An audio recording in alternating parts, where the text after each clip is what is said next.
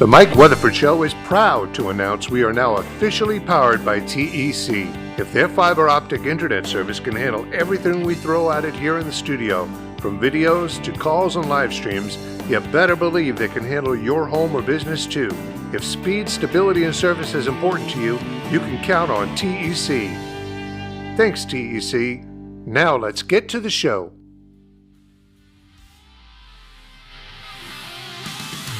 Recorded live in the studios of Brewer Street Mafia.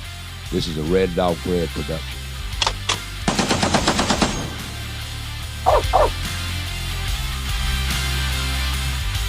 And now, your number one rated show, The Mike Weatherford Show. Here's your host, Mike Weatherford.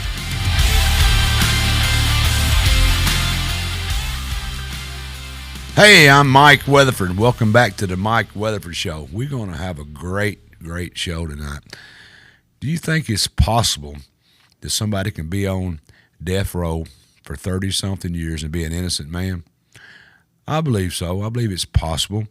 Our justice system is probably one of the best ones in the world, but it can make mistakes. Tonight we're going to be talking about, I'm going to read you a little something right here. Tennessee has scheduled the execution of death row inmate Gary Sutton for December of 2026, following the state bringing back the Tennessee lethal injection protocol earlier this year. Sutton, 60, was sentenced to death in 1996 alongside his uncle, James Dillinger, who was also convicted in the killing and sent to death row. Dillinger died in 2023 before he could be executed for the 1992 killing of 24-year-old Tommy Griffin in Blount County. The pair was also convicted in 1993 of murdering Griffin's sister, Connie Branham, whose body was found in a burned vehicle. Sutton has maintained his innocence in this case, and his family and friends have argued the case against Sutton was flawed, and he is an innocent man for years.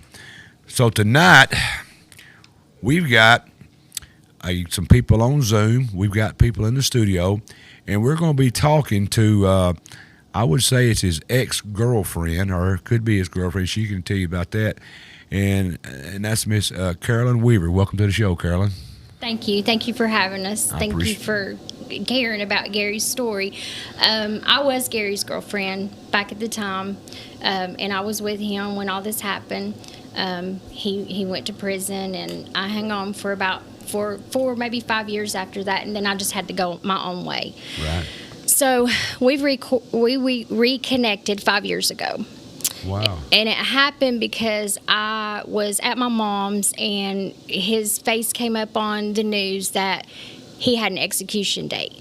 Gary did have an execution date in October of 2022. Okay. Because of Tennessee's protocol was flawed, then they stayed executions. Right.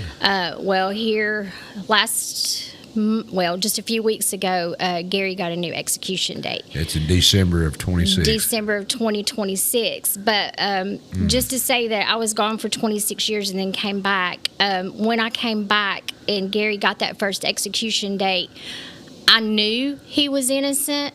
I knew they couldn't execute an innocent man, and I just knew I had to do something. So I just came back full force. Gotcha. And you've got your daughter here. That's Sierra Weaver. Welcome to the show, Sierra. Thank you. Glad to have you. Glad to be here. Right. And I got my old buddy always, my standby buddy, Big Ricky Price. What's up, Mike Weatherford? How you doing, brother? Man, another day above ground. Another day above ground. We're blessed. That's exactly right, man. Good to see you, brother. Good to see you always. Always. So, Kara's back, if you would. I hear something. There's a mic on somewhere out here. I can hear a lot of... Okay. Carry me back to... let's just start back, because you was Gary's girlfriend back in the 90s when this murders happened down there. Yes. Carry us back to your relationship and everything, and tell us what went on. Well, with Gary, me and him had just, we started dating, and then we decided that we were going to make something out of it. So what people don't understand is Tommy was our best friend. He was Gary's best friend, but Tommy is one of the... Tommy Griffin, he's the one that Gary was accused of killing. Gotcha. but why would you kill your best friend? He had no motive. So that was the biggest thing. So anyway, me and Gary had decided we were going to, make it last. Right. You're fine. Go ahead. We're just trying to fix microphone. And don't pay no attention to all this going on. And anyway, so the weekend that all this happened, I was with Gary the whole weekend. And for whatever reason, my alibi didn't matter. I mean, I got up on the stand, and I was with him, and it didn't matter what my alibi was. Right. The thing of it with Tommy is, like I said, they had no motive. They had no reasoning. They had nothing, and all that they wanted to say is that they were the last to see Gary, to see him. I think that microphone right there could be on. Is what I'm think's going on. Okay, go ahead. I'm sorry. Okay. Anyway, we were all together that weekend. It was a Friday. Gary him and Tommy, he always went by and checked on Tommy. Tommy he was disabled, so Gary always made sure that he ate. And if he didn't hear from him or see him a couple of days, he would go by. He went by that Friday morning, and him and Tommy did what the good old boys do. Yeah. They went around on the back roads, driving around, drinking beer, and they went to bars and stuff that Friday. Yeah,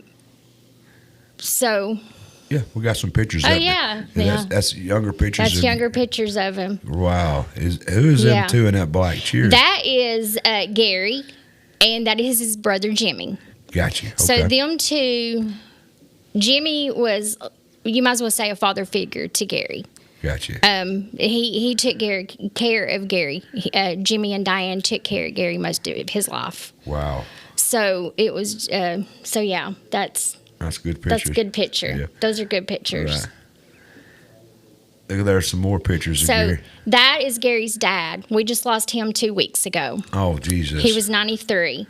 So that's another thing with Gary. He lost his father, and then the next week he got an execution date. Oh, wow. So he was 93 years old. He loved his son, and he knew, and that's what he always asked me: "Is my boy coming home? Yeah. Is my boy coming home?" And we were always hoping that he would get to see him come home. So it looks like Gary just grew up. Gary Sutton grew up just like anybody in Tennessee. There he is with his old truck, got no Chevrolet pickup. He's got a horse. He's out there, and looks like he's working in the garden, sitting on a John Deere tractor. I mean, just a typical East Tennessee or West Tennessee. You couldn't tell where he's at. Just a typical Tennessee kid. East Tennessee. Yeah. East Tennessee, and that's exactly what he did. Yeah. Gary pretty much was on his own from 9 years old on. He didn't have a childhood. He worked on the farms. He built houses. I sent you some of his woodwork and stuff that he does. I mean, he does that just by hand. They have just a few little tools in there that they use, and there's some of his work. Yeah, and he does that by hand. Wow. Yeah, that's not a kit. That's not something that was already put together. He gets the wood and cuts it all out. Cuts it and strips it and does all that stuff to it. Wow, that is so good. Wow. Yeah. So Gary and this Brennan, is that his name? Was the guy that he's accused of murdering his friend? Tommy. Tommy Griffin. Excuse me. They were best friends. So the law enforcement's motive was they were the last ones to see Tommy alive. Is why they just zoned in on them. Okay. The thing with that is that they were with Tommy that night and that day, and then Tommy left with the girl. You know how you're going out, you get hooked up with somebody, you go. Yeah. Or your friends ain't going to tell you nothing else. Yeah. And back in the day, it wasn't as dangerous as it is today. You're right. So Tommy left with the girl. So they came on back, and this is when everything expired. They wanted to say they left the bar at 7 o'clock. They were seen out on Alcoa Highway at 7-Eleven. They were at this store at 7 o'clock. Gary came and picked me up. He came and picked me up no later than 7:30. Everywhere that they had them at 7 o'clock, there is no way possible that he was at that spot at 7 o'clock. Because he was with you at 7:30. He was with me by 7:30. Did they believe that, your story? No. Okay, you No. couldn't prove it or nothing? Or Yeah, we could prove it. I proved every bit of it. But it's still, here's the thing. You're his girlfriend. You'll say anything Right. because you love him. And just like I told him, I love him. But if I knew or even thought that he murdered someone, I'm not going to be an alibi for him as far as, hey, he didn't do it. Right. Because I love him, no. It's because I know for a fact that he did not do it. Yeah, it'd be stupid because he could murder you too. Absolutely. If he was a murderer, I got you. Absolutely. I see. You talk to people that knew Gary back in the day, and even today, he is the most kindest person that you will ever meet. And that was another thing. I knew how kind he was back in the day. But when I talked to him again for that first time 26 years ago, I didn't know who this man was that I was going to be talking to. You thought it was a I vicious thought killer, this was going to be, he was going to be angry. He was going to be, hate the world and everything. Right. Is that you and her? That is me and him. Yes. Wow. That was back in the day. Back in the day. Yes. So Yeah. he doesn't look, Ricky, he doesn't look like what you would expect a guy on. But how do a death row inmate supposed to look? I don't know. But he doesn't look, to me, if I run up on him, I would think he's just an average guy, wouldn't you, Rick? Well, that's it. Yeah. Well, if you met him and if you talk to him today, you're going to think, where did this, what happened? Right. And then, so like I said, when I talked to him for the first time in 26 years, he was the same person that I knew back then. Wow. He shows his love for everyone. He still has that love in his heart. He's not a monster like they want to put him out to be, and he wasn't back at the time either. The thing back in the day is that when Tommy went missing, they haven't found him yet. They voluntarily went to the police department to try to help them find Tommy. Told them where they were, what they were doing, who he left with, everything. They went not once but twice, voluntarily on their own, and they didn't try to find out who this girl was that he left with.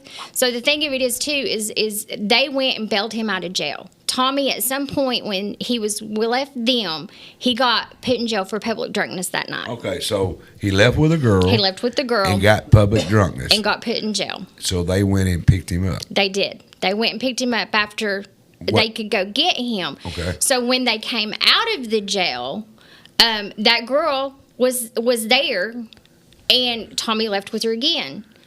And the jail cameras conveniently were not working that night. yeah, the jail cameras, because Gary You don't know who this girl was? No. She wasn't a local girl? we don't know. They never followed up to find her. Did Gary know her? No. How big a town? Where was this town was this happening in? Blount County. What, was it a It's town? Maryville. It's a little town. It's a little small town. Okay, Just like Sevier County. Right. Well, they would think that Gary would have knew the girl. You Really? would have thought, yeah. So she was not a local girl is what I'm getting at. If she was, they didn't know her. Gotcha. Okay. So when they and that's the big thing too. Gary kept saying, pull the cameras from the jailhouse, Right. pull the cameras, and they conveniently wasn't working that night. He also told them that they were at a convenience store where the girl, Tommy actually met the girl at the convenience store. Right.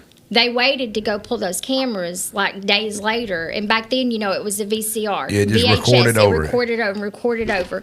So they really didn't do their investigation. They didn't get out there and they didn't try. They zoned in on Gary and his uncle Because of the last ones they thought because left the jail with him. absolutely. Okay, what time did they pick him up from jail? I want to feel like it was about 11 o'clock maybe. And when did supposedly he get killed? When they left the jail. And that's the thing too.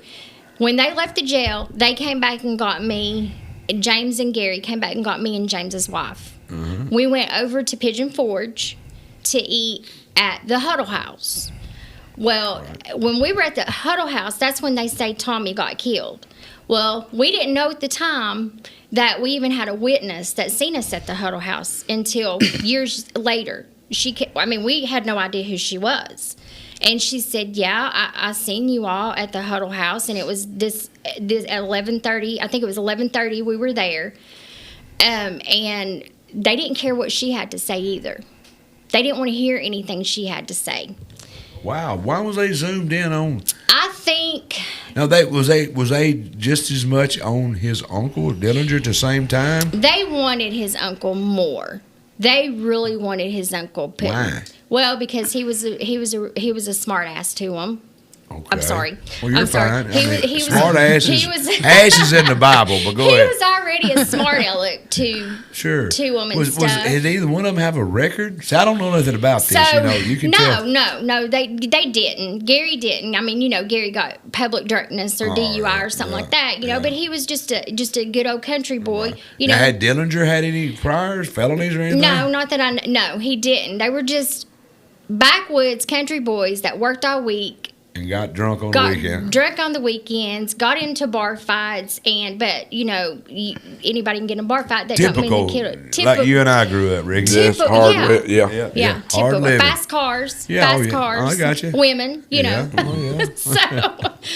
But that was what they zoned in on, and so and to back it up too, I guess there is just so much that they did not do in this trial. And when we went You're talking about they'd be the investigation? The investigation. Gotcha, okay. They didn't do is that. So Tommy was the first one that got missing, was missing, and they found him.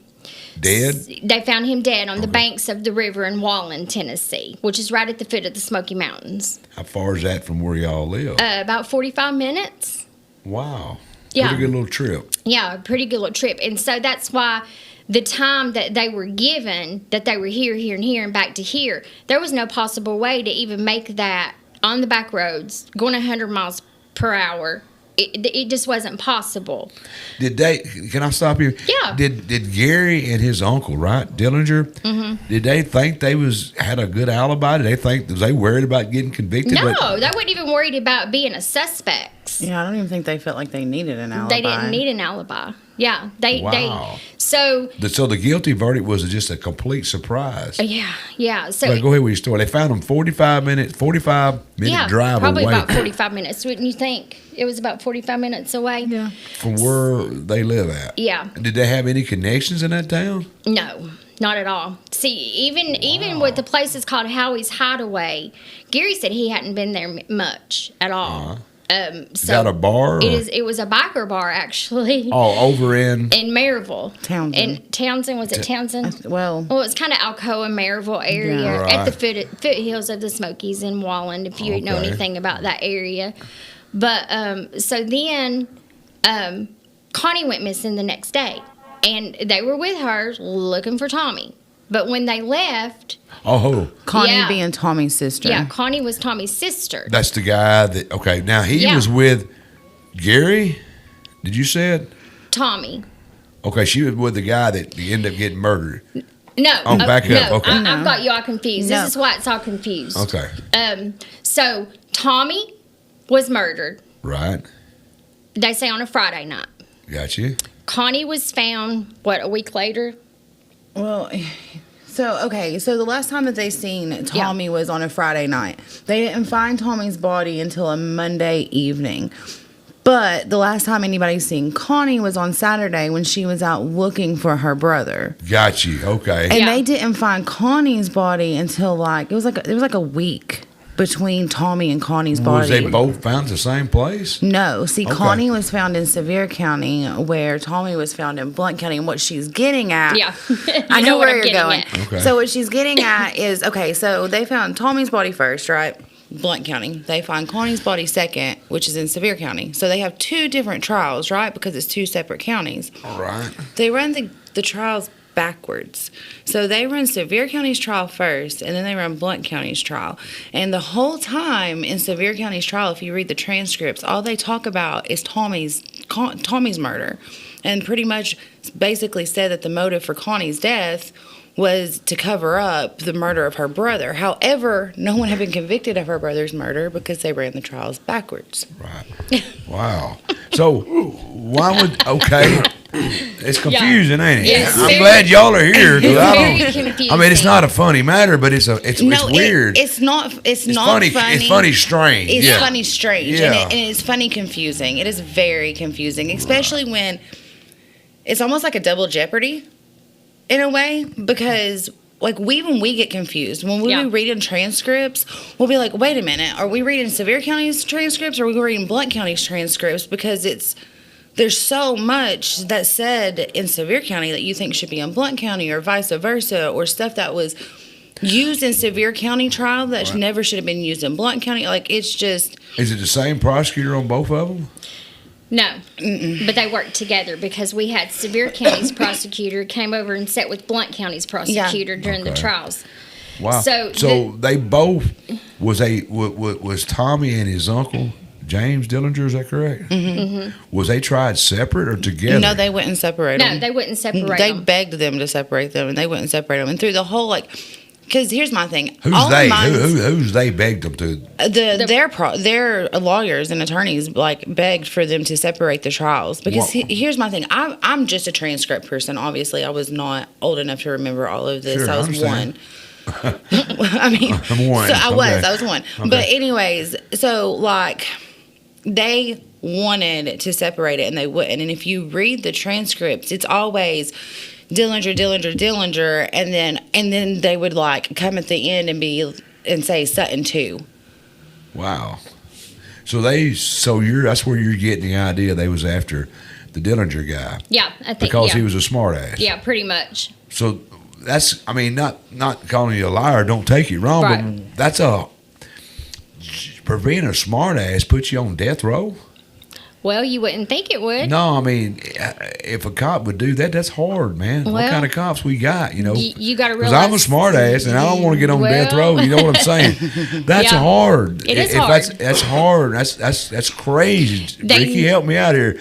If you was getting, if you're a smart ass to the cops and they found a way, we'll get you back and put you on death row. Yeah, absolutely. Ain't that a little bit overkill? Well, Gary even told us one time that's a whole new thing too. We had the TBI agent. He falsified a whole statement from Gary, and the judge even called him on it. You know that couldn't have happened, but they still let it in. So with the TBI agent, he wrote this 5 or 6 page statement. Gary never signed it. It was never signed by Gary. And when we got in court and they were questioning him about it, he said, well, I just went back to my office and wrote down what I remember he said. But in that statement, they said that Gary said he was with his uncle all weekend. Gary wasn't with they needed Gary to be with his uncle all weekend. To time together. So in court, so where Gary was at in the Blount County jail, it was a new jail. And he was in the back of the jail. So when you come out of the doors, it times him. It times from the time he came out of his cell to the time he got back. So, on top of that, he knew he wasn't supposed to be talking to Gary without his lawyer. But he did. He tried. But when Gary said he got up there and saw who it was, he went back to his cell, which was the truth because it was on record. So this TBI agent was supposed to waited on Gary to come out of his cell, have an altercation with him, Gary give him a 6-page statement, then Gary go back to his cell in 3 minutes. Wow. In 3 minutes. Why would this guy do that? Because he wanted a conviction. Over. They wanted God, to. This is they wild. wanted to convict someone. They wanted a conviction. I can see that. And they didn't want to get out, and they didn't want to investigate like they should have. If they separated Gary and his uncle, did they have anything on Dillinger? I don't know if they did on Dillinger. But if they separate them, Gary would have been free man. Well, if they separated them, Gary would have been free, and I believe Dillinger would have too, because they simply just didn't have this whole case was all circumstantial evidence. They had nothing. Who was Gary? I hate to butt in. Who was their attorney? Gary had a public defender for the death penalty, and they even asked the judge to take them off of that case. Gary did? The lawyers that wanted off of his case because they had never tried a death row case before, and they did not feel like they could represent him. The judge told them no, they were going to be on this case, and that's the way it was going to be. So they told the judge, they said, we don't feel like we know how to pick a jury. So they give them a professional jury picker. So they went through this and they picked these jurors. And that's another thing. They went and picked all these jurors, and we felt good. They felt good about the jury. Went home, didn't come back for a couple of days, came back and told them, we have bad news. We sent that jury home. We're going to pick another jury. We have no idea why they did that. So they also told them, too, and you were in this long enough to know how to pick a jury for the death penalty. We're not going to give you your jury picker back either. Wow. So when they picked this second jury... No reason why they picked it? No reason. Did his attorneys ask the question why? Well, they never got... That's just it. We asked these questions, and all this stuff was asked, and... They never was answered. It never was answered. It was just like, okay, we're going to do this. I'm the judge, and we're going to do it my way. Now, have we got some people on Zoom, I think? Yes. Okay. Who have we got on Zoom here, Kevin? We got somebody on Zoom that wants to talk to us. Hello, who have we got here? I can see some face. Hello? I see somebody. Amy, can you hear me? I can't hear you. Can you hear me? I can't hear you. She got her mic on? Have you got your microphone on? Can you hear us? Can you hear me now? I can. I was going to say it's me and my dad here, Gary's brother. Hello, I'm Mike. Can you hear us? Yeah, I hear you. Who we got here? Okay. Amy? Okay. Amy, is that your name? I'm Amy, and this is his brother Jimmy. All right, welcome to the show. We have 30 minutes. Okay. Let's get him first. I think, hold on just a second here. We're working on something that's going to be really strange here if we get this through. Hold on a second. Let me put you on speaker. Who we got? Gary. I think while we got talking, we've got Gary Sutton himself going to talk with us. That's going to be pretty good. Wow. Have you got Okay, say something. Can you hear me? I know my throat's sore. I don't want to. Yes, we can. Clear enough not to hear me. Yes, I can hear you. Can you hear me, Gary? Yeah, I can hear you. I can't hear you real loud. All right, I'll I'll get a little closer here.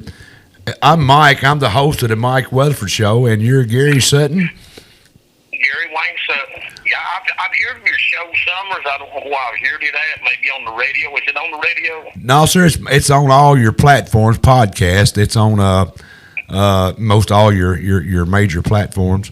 So you're calling me. We're talking, and you're on death row, correct? Yeah, I'm on death row. Yeah, Unit 2 River Bend. Wow, you've been on there for how long? Well, I've been locked up 35 years, so I guess I've been here probably 31 or 32, I guess. Let's see. Well, no, I guess I've been here working on 31 because I think I got here in 95, if I'm not mistaken. Man, I got locked up in 92. That's a long. That is a long time. It's been a nightmare. I mean, people, and I still run upon people that, that don't get it. They don't think it was, how could you ever make it to death row for something you didn't do, and in a nutshell, you try to tell them, and it's just hard for people to wrap their mind around the fact. I've lived here all these years, and the charge that I'm convicted of on this year is my best friend. Someone that I actually never had all the years we was friends.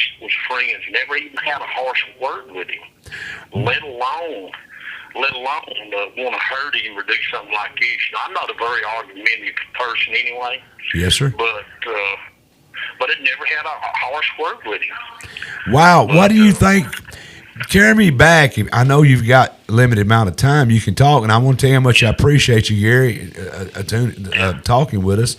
And I want to get your word out there because Gary, if you're an innocent man, you don't need to be there. I'm just going to be honest with you. I don't know the details, and I understand that, Gary. I don't know the details, but if you're an innocent man, you don't need to be on death row. You know, that's just common sense will tell us that.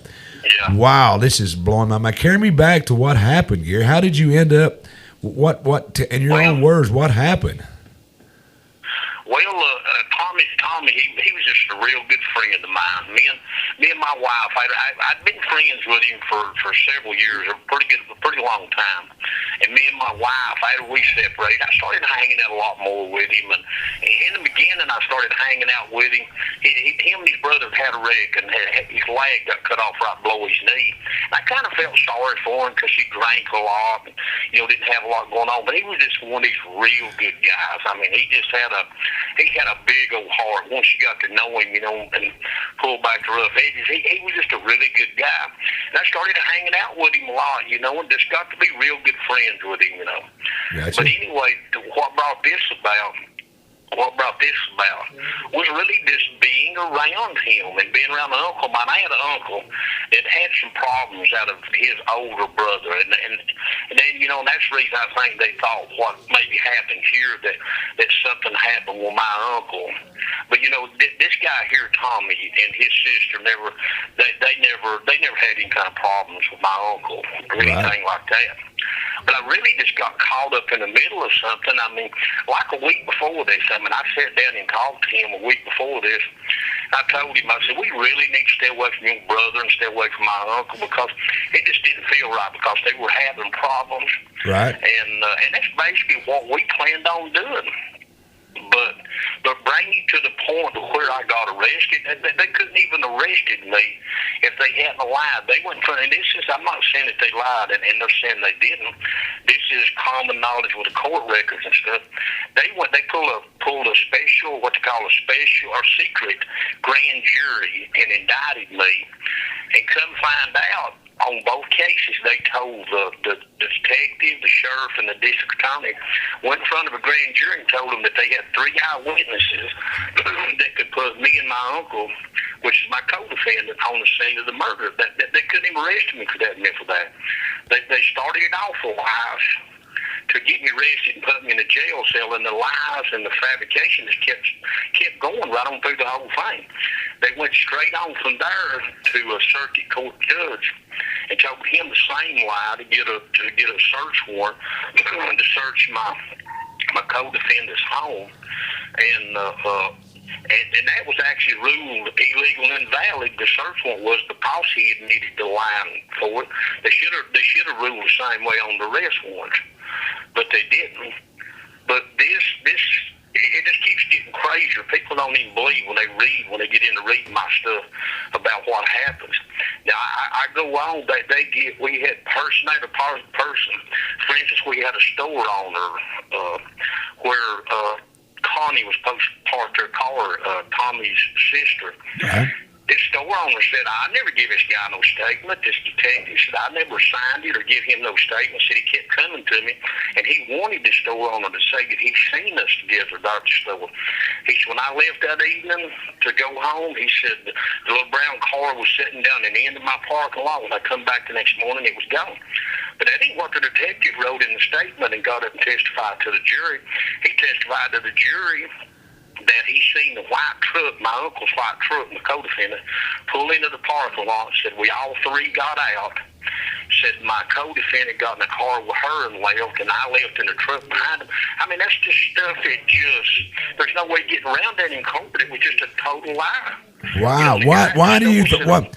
Gary, Hold it. Yeah, please more. Yeah. Why would you think that they would lie on you? I mean, what are they trying? Is there any backstory with you and the law enforcement or your uncle? I mean, why would they just pick y'all to lay this murder on? Well, here's what they thought. I feel from everything. I had friends in law enforcement stuff too, and they thought my uncle because he'd had trouble out of the one that I'm charged with on this case, Tommy here. Yeah. He'd had problems with his older brother, and they thanked my uncle because they had problems, and they did. They they have some problems going on. But like I said, this person here, Tommy and Connie, there was no problems with them, but they think that's what caused it, and they think that I knew if he did do something to them or not, and just wouldn't say nothing. And I kind of just got thrown in there. They believe that my uncle did this. I think is what law enforcement believes, and they think well, he was over on a Friday. He was over on a Friday night, and he knows or not where his uncle did this. And they tried to pressure me and do all this stuff, and they just kind of throwed me in there for it. You know, the whole trial really was not about I'd done anything.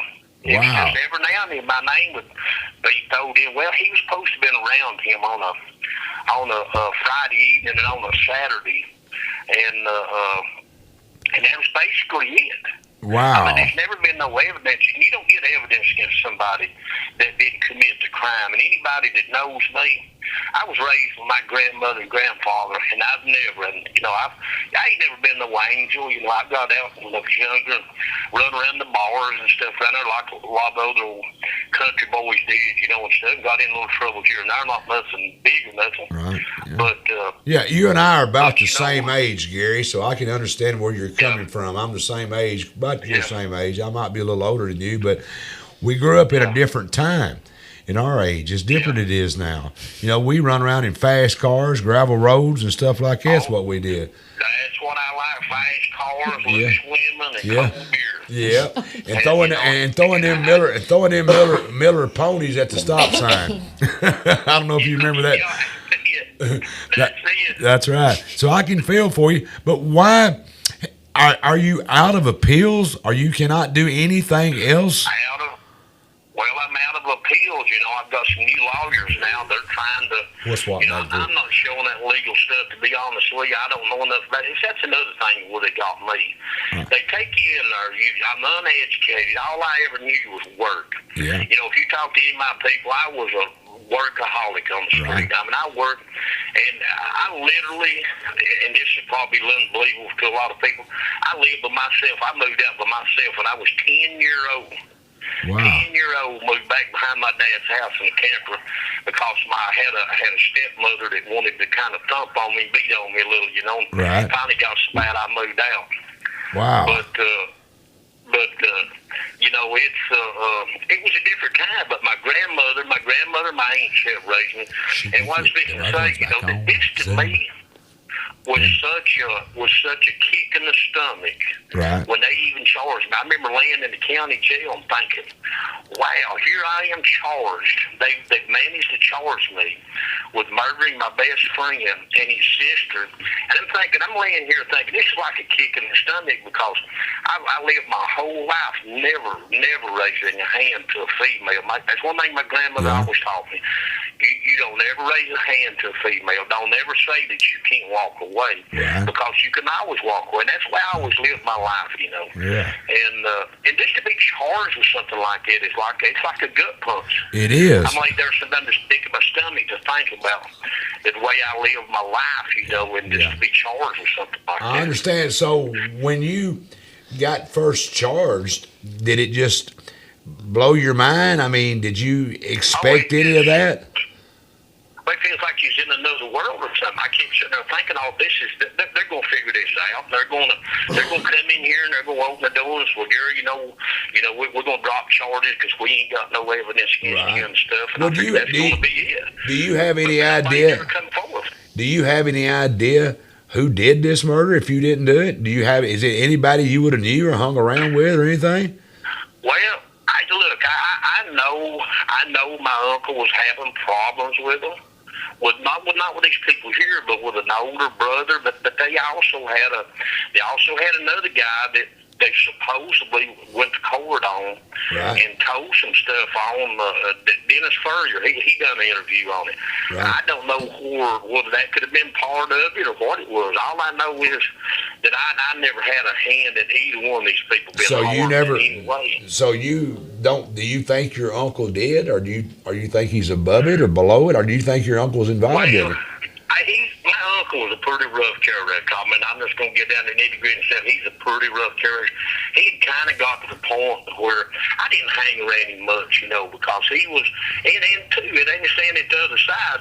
The brother of the guy that I'm charged with here, his older brother, he was having problems with. He's a rough character, too. He actually was in jail at the same time we was for shooting and killing a guy. Wow. Now, get this. Get this, how crazy this is. Now, let me show you how warped this justice system is up there where I'm from. Now, this guy, his brother, when I'm charged with here, his brother was in jail with us at the same time for shooting a guy named Wilbert McMahon. Let me tell you what he done. He emptied a pistol twice in this man, and the man was begging him for his life. He didn't have no weapon on him or nothing, Wilbert didn't. And this guy, James Griffin, Tommy's brother, empties it in him, and he's begging him not to shoot him anymore. He reloads the gun and empties it in him again. And when the detectives asked him, why did you reload the gun and shoot it again? Shoot him again. He said, well, I wasn't going to let him live out of shooting him and let him come back and maybe kill me later. Wow. And how do you get any more premeditated than that? Well, what do you think they give him for that? I would figure he's on life sentence too. He didn't. With death row. He never left the county jail. He done like 10 months in the county jail. Wow. They worked to deal with him, but sent me to prison for something I didn't do. But this man didn't do like 10 months in the county jail and went home. Wow. Now, the district attorney said he knew the family and had the stuff with him, and they just worked to deal with him. I mean, this is what kind of justice he was up for. And here's something that I don't think most people get. I don't know if you've ever heard of something like this happening before. Let me tell you what they done on this case here. They actually the two lawyers that they gave me to represent me. Now think about this. You go in there and put your life in two lawyers' hands.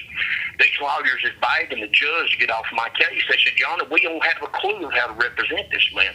They said, we have absolutely no experience with the capital case. Never have. And one of them said, Your Honor, please take me off this case. They give you two lawyers on this capital case. He said, Your Honor, the only criminal case I've ever had is a phone harassment charge. That's the only criminal case I've ever had is the phone harassment charge. Wow. And the judge said, oh, no, you're going to try this case. Well, I'm not letting you off the case. They said, we don't even know how to pick a jury to represent this man. That's what Carolyn said. What they done. They give me a professional jury picker. They finally decide, well, if the lawyers don't even know how to pick a jury, we'll give him a jury picker. But let me tell you what they done. They pick a jury. This jury picker, professional jury picker, now she was smart. She was a smart lady. She picked a good jury. And by the time we got the jury picked and we started picking, I think we had like 2 alternates picked. And I looked over and the district attorney's throwing stuff all over his desk. He's throwing a little tantrum and stuff.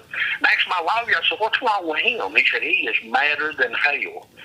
He said, because this jury that we got picked, he said, I'm telling you, Gary, this jury here, they're going to want to see some kind of evidence, and there's no evidence that you've done anything wrong. So let me tell you what they done. I've never heard of this before.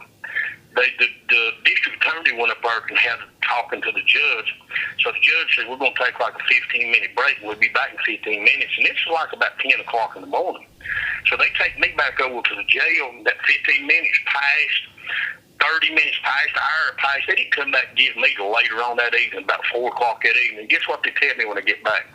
Well, Mr. Sutton said, we're probably going to need some more alternates, and said we may need some more. We're probably going to have some more people to pick from. We're going to send this jury home, and we'll have this trial date at a later time. They sent the jury home because the district attorney wanted to redo because he thought this is a jury of my peers, and he knew that. Right. And get this, they sent this jury home. Then when I come back to court, the first thing my lawyer tells me, he said, well, Gary, I got some bad news for you. He said, they went back and changed all your pretrial motions. He said, they ruled against you on all of them. They're bringing all the Sevier County case in. I mean, they just ruled against me on everything. And it was just a circus show of my own. Ended up with a jury of their peers. They put the head detective that told all these lies and done all this forging and fabricating. His best friend was on there. One that he went to school with, bunked with him and stuff while they were going through Academy. School together. So I don't know exactly what the word I'm looking for. Academy. But the detective school. Right. You know, they went through that and worked together for 10 years. He ends up on my jury. And he's telling me, oh, yeah, he's a really fine man. He's a really fine man if you like somebody that lies and fabricates stuff again. But most people's never even heard of that, of them picking a jury and sending the jury home because they don't like it. Right. Then they brought in a disgraced and but been fired doctor to change the time of day. It's because they had to try to put me around James on a Friday night, around James and Tommy, and the one that done the autopsy, he was a stage doctor. He said, look, he couldn't have been dead over no earlier than Sunday. But see, this doctor here, you may have heard him, Charles Harlan. Oh Lord, he caused havoc on so many. Didn't he get in trouble, get disbarred, and a lot of his cases got thrown out because he was messing with doing something wrong? About everybody went back to trial, but me. Okay, why do you think you're not why are you the Huckleberry? Well, here's the thing. The guy, the district attorney on my case, you ever hear of a guy named Al Smulcher? He's been one of the most notorious district attorneys that this state's ever seen. He's attorney general, I think. I know at least once, if not a couple times. He's just so well tied in. And look, people says he's probably the depending on how you look at it, the worst or the most baddest DA this state's ever seen. Right. But he was in there for like 50 years. Think about that. Wow. If you don't think people gets dirty, I remember telling me the judge that convicted me there in Sevier County. I said, how's this going to work? I said, this man's been in your office for 35 or 40 years. His wife is an appeals court judge. Right. I said, what's he supposed to be when my case goes down to the appeals courts in Knoxville after I've got convicted now? Gary, what? She won't be on your case. Right. What can we do? What's your friends? Gary. You're fine, Gary. Gary, I don't blame you. Keep talking, brother. If I was where you are, I'd be screaming from the top of the roof if I was an innocent man. What can people do to help you, Gary? What? You're out of appeals. Well, You've got an execution date. I hate to ask this question, but I've got to know. If it was just me and you sitting there talking, I would want to know this question. If you don't want to answer it, that's fine. Yeah. Give me the emotions it feels to be sitting on death row with an execution date. Can you answer that question? Or I shouldn't ask that, but I've got to know. Tell me how you feel, Gary, knowing you've got a date. Well, I mean, you just keep sitting there and wondering why. You keep wondering. And I'll be honest with you, it got so bad at one point. I remember I had a family. I'm talking about fought hard. Right. Every time one door would close, another one would. Right. Every time you try to open one, another one would close. Right. And I got to the point I'm thinking, I ain't even worried about my life anymore. I'm worried about my family's life. Now your uncle, he was on death row also, correct? And he died of cancer a couple years ago, correct? Yeah, about 2 years ago, or a little bit longer. Right. So like I said, he was you're sitting there. He was a rough character. I got you. That's okay, but you can't judge one by the other. I mean, you can pick. You can't pick your family. You might pick your friend, but you can't pick your family. But Gary, I tell you what, brother, if an innocent man should not be on death row, and I know it's got to be hard sitting there every day. Now they give you a date. If there's anybody out there can help you, I don't know what can anybody do that believes your story, what your family and your friends believe you. I know there's no doubt they believe you. What can people do to help you? I mean, if you're an innocent, it's got to get out there. I think it's just got to get out there, what they're doing in this state. Right. I mean, it just seems like, and here's what I think's going on. I mean, we've tried to get people that. Try to get the people at the top to Bill Lee, the governor, Bill Lee. And here's what I think. I think the other side, and it's like I was telling journalists, the other side, they're probably telling him, he's guilty, he's a lump, he's guilty. Yeah. We had this and we had that. Now, if you read it on paper, what their theory, what they think happened, it sounds pretty good. Put a little bow on it, All you got to do is peel it back and look. We had one woman that was so devastating to this case. She gave like 5 different statements, and her own son come to my. When you go back, you go back for a motion for a new trial. Yeah. And guess what? This guy stands up and raises his hand. He said, "I got something I'd like to say to this." He said, "Could I say something?" add to this case, I'm thinking, oh my God, they found somebody else is going to tell some kind of lie against Right. me. And the judge looked over at the district attorney and he said, "Do you mind if him saying something?" He grinned real big. He said, "No, put him up on the witness stand." I'm thinking, oh God, here's somebody going to tell a bunch more lies. Right. They put this guy up there and he goes to telling this woman to give 5 different statements. This is his mother.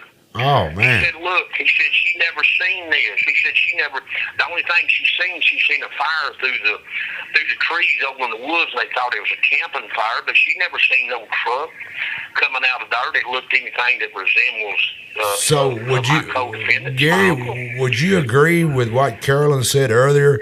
You think they was just trying to convict your uncle and you was collateral damage? Is that basically how to put it? Well, that's exactly what I was. Yeah. That's exactly what I Wow. was.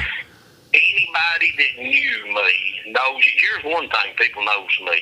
They knows I'd never raise a hand to a female. That's just something that's not in me.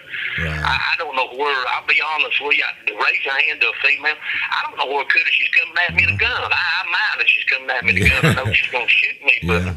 Right. Tell me about how I is was just raised as such a right, beautiful Gary. woman. Let me ask you a question. What is life like for the last 30-something years on death row? Tell me, is it a hard life? Tell me what you're feeling. It's hell. I mean, can you imagine? I mean, waking up every day to a cold it's about 7 by 9 concrete. It's concrete tombs, what I call it. Right. And I mean, it's took my whole life. I mean, it started in my 20s, and I was soon be 61 years old. Wow, They Gary. put me in here, and put me here when I just turned 27, and I'll be 61 years old. I've spent more time in this concrete tomb in this cell here than I did on the street for something I had absolutely nothing to do with. And Tommy, the brother, he's just one of those people. There's no way I'd ever raise my hand to hurt him in any way. Let alone want to hurt him, do something like this to him, you know. Well, Gary, I hope that if you're an innocent man, that something can be done. I think it's left in the governor's hands, and maybe the governor, we can get some words to him. But I'm sure you've got a lot of people on your behalf beating the governor down, try to get him to listen to this and peel back, like you said, Gary. They're going to have to peel back and look at everything. You know, not just there's a reason why that the people's behind you. There's a reason why that that Carolyn is contacting me about coming on my show, and there's a reason for that, Gary. And I hope we can help a little bit. If we can just get people thinking or talking, a fire starts with a spark, Gary, and we're gonna try to maybe we can strike a spark here. Yeah. Well, see, she knows. I mean, because we were together, and she knows the friendship I have with Tommy. We were like two kids around each other. I mean, we just we spent almost every day together. You know, we never said I missed a day that we did. I used to get up early in the morning and go by there and drop him off something to eat from Hardee's if I had time in the morning, because he drank so much and he wouldn't eat a lot of times if you didn't take him something by there. Wow. But that's just like on a Saturday evening. They said the fire where his sister's car was at over in Worth Valley was about 7:30, 7:45. Carolyn can tell you, we were in Knoxville in a motel room at that time. But, here's the thing. The lawyers kept on well, it don't matter what she says, or it don't matter what none of your family says, because their family and their friends, they're considered just to be liars just up front. They're going to say anything to help you, So, this ain't going to do no good for any of them to try to say anything, because they're no good to you. But we need a strange, But, well, Gary, good luck. I'm going to have to, I know you're running out of time, and I really do appreciate you talking to me, Gary. It means a lot to me to come on. I appreciate what you all doing and maybe trying to get it out there. We are. We'll get it out there. You should never, even people that's for the death penalty, you should never want to see anybody be on death row unless you've got the evidence to prove that they committed the crime. That's right. Why would you ever want to see somebody put on death row when there's not one string of evidence that they committed any kind of crime? I got you, Gary. Well, I pray to God that we can get some answers to this. We've still got over a year, before the date sets up, but don't let your spirits down. You've got a lot of people working for you out here, Gary, trying to prove your innocence. Carolyn, she contacted me, and I've talked to some other people that's worked on it and talked about it. And Gary, good luck, my friend, and Godspeed to you. I don't know how you got your sanity, knowing that you've got a date set. I mean, I thought I was a tough guy, but you're a lot tougher than me, brother. I don't know if I could handle knowing my date's coming up. Oh, it takes something out of you. I'll say that. It takes something out of you. You Yes, know, sir. it breaks your spirit to a certain point. It have breaks to. your spirit and thinking. You missed a lot. I know. Yeah, I know anybody that knows me knows I didn't do this.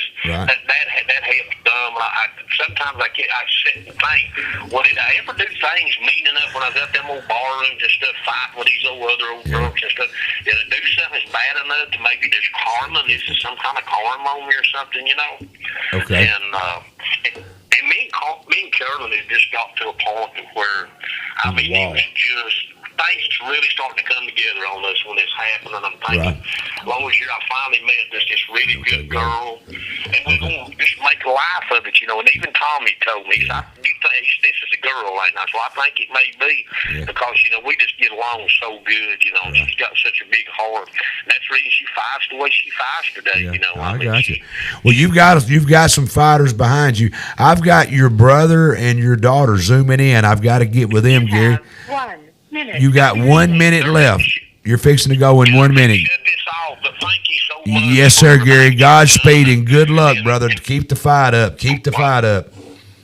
Well, I appreciate it, man. Thank you. All right. There you go, folks. We was talking with Gary Sutton. He is live on death row. Where's he at? I'm at the River Bend. In River Nashville. Bend in Nashville. Let me pull that microphone back to you there, honey. Wow, that was probably one of the first times he's ever talked to anybody outside like that. Yeah. That is pretty cool. Absolutely. That's amazing. I want to get back. I've got to do something here pretty quick. I got to do another Zoom with somebody, but I do want to get them back on. I hope they understand that Gary come right in. I think we got Amy. Are you still here? And Amy and Jimmy, I'm sorry. About the time I got you, Gary called in. Y'all heard all that, didn't you? I'm so glad that he got to do that, and you all heard it from him. And right, man. I mean, he's the one that's living this. Yes, I'm sorry to cut y'all off. On that thing about the jury picking.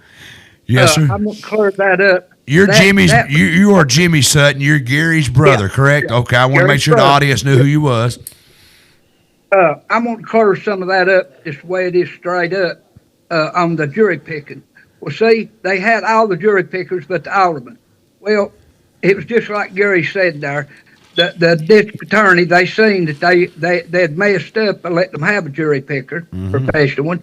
All right, they talked to the judge, and the judge says, "Well, we ain't gonna get a jury out of this bunch here, so we're gonna send them all home, and we're gonna do this over again." And then when it come back, the judge said, "I will pick a jury," and that has, as far as I know, we have looked, we have searched, there has never been a judge pick a jury, because that's why juries pick. It's a jury, your peers to pick your jury. That is actually against your constitutional rights to take over.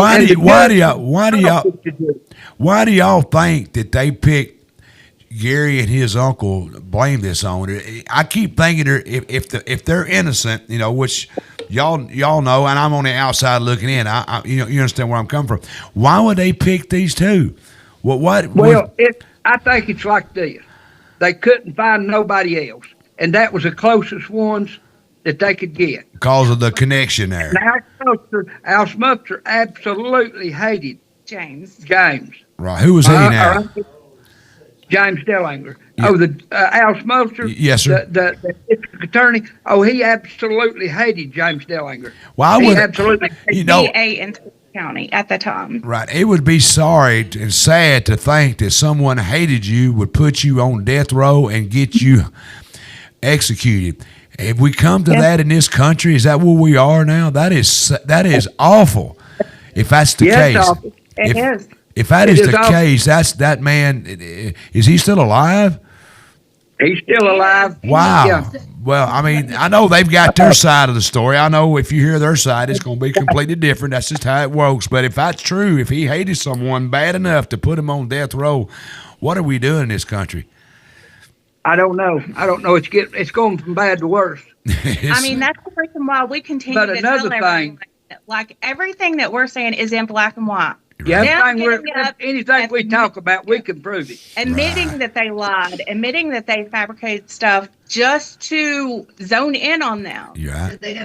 What can be done? Now, again, the thing who is over there, and there's one the jury, there's one that split up the trials. Yes, sir. Well, the thing of it is, right there, the district attorney just stood right up and said, Your Honor, this is right in open court. Said, Your Honor, this would be a nightmare if you done this.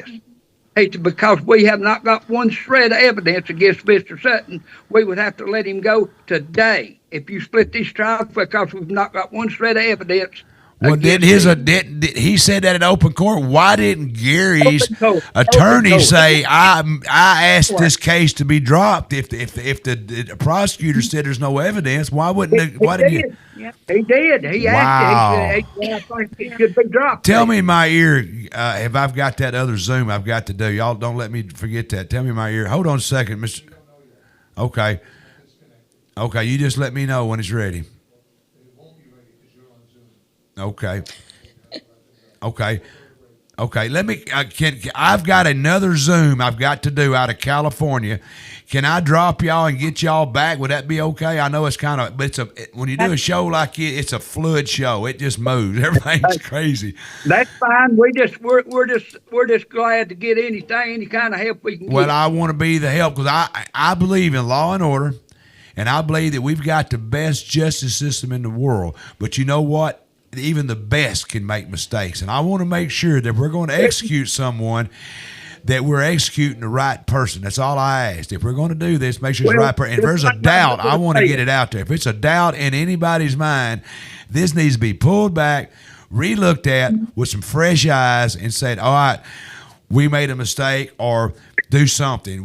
If there's any doubt, that's all I want to do. Just make sure that, as a human being and as a Christian, we owe it to Mr. Sutton to make sure that everything's done right. You follow where I'm coming from? Well, let me tell you one more thing before you get off there. Let me tell you one more thing.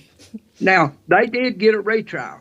When they applied for a retrial, they did get a retrial. Right. I think it was either 5 or 6 days. And they said, well, at least we're going to get to go back and we'll go. And they keep using the same old stuff. They got to come up with something different.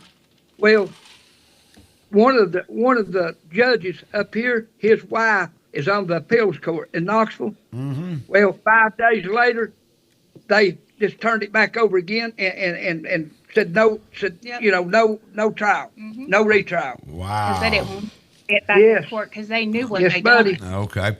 They'll tell you in the back, I've got to drop the Zoom with y'all. We'll get y'all back hooked on connection again, but I've got to take a commercial break. Somebody got to pay the bills, and I got another Zoom out of California. But I really enjoyed talking with y'all, and I'm sorry I had to cut y'all off, but Gary jumped right on at the time I brung y'all on, but we got to hear Gary's story, and I think it was worth. That was good. I'm glad he got on there and could talk to him straight. That's what I wanted to do. You can speak to Okay. it. All Thank right. you. Yes, ma'am. We'll get back with you. All right, folks. All right, thank you.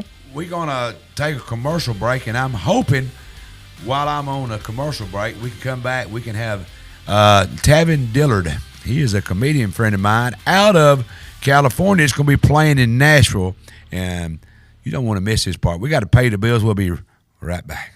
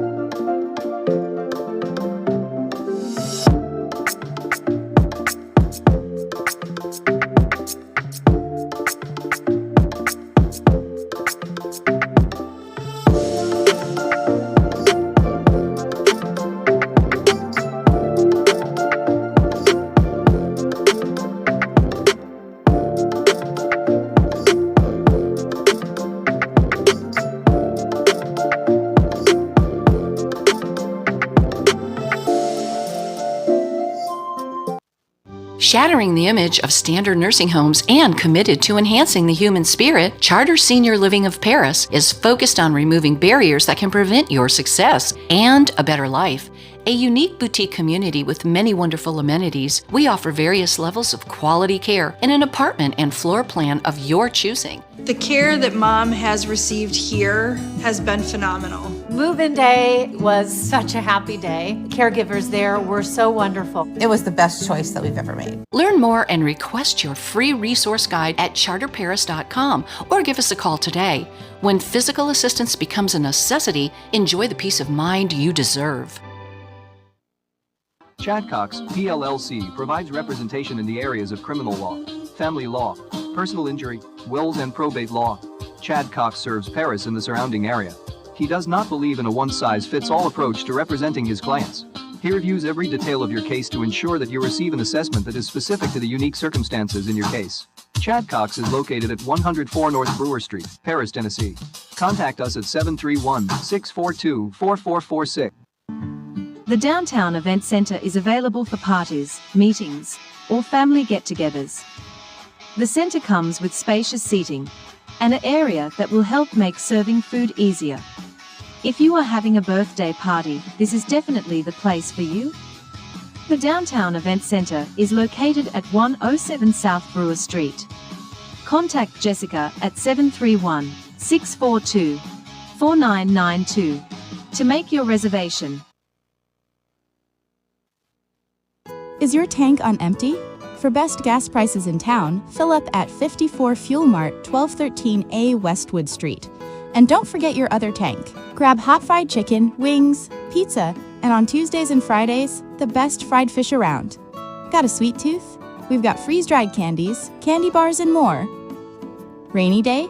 Stay dry and use our drive-up window. Farmers? We've got your dyed diesel plus parking for big rigs. Open 5 a.m. to 10 p.m. every day. If you're feeling lucky, play the lottery or grab a scratch-off while you're here. 54 Fuel Mart at the Westwood Y. More than just fuel.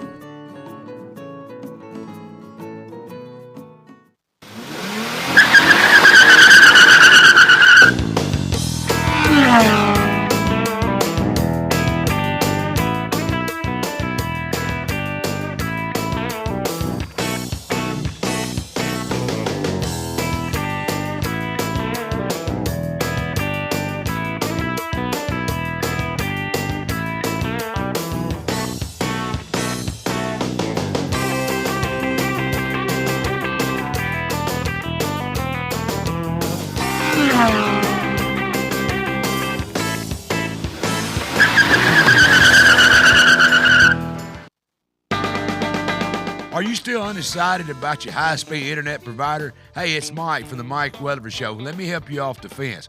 TEC high-speed internet is what we use here at the studio, and let me tell you, it's flawless. From home to business, TEC got you covered. With upload speeds that match download speed, TEC leads the pack. Does your family play online games? How about security cameras and live streamers in your home? TEC, with their upload speed matching their download speed, it's as fast as clicking a button. When it comes to high-speed fiber optic internet, TEC is unmatched with quality and service all across the Mid-South. So do like I did. Go get you some.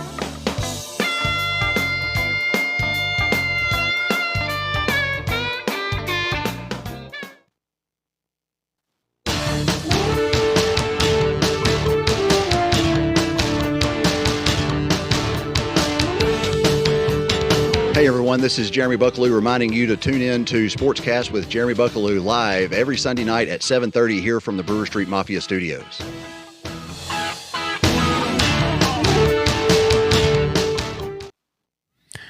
All right, folks, don't forget, next week coming up, we've got a great show. I have got Bryce Hopkins, everything you wanted to know about fiber optic internet, but were afraid to ask. That's me.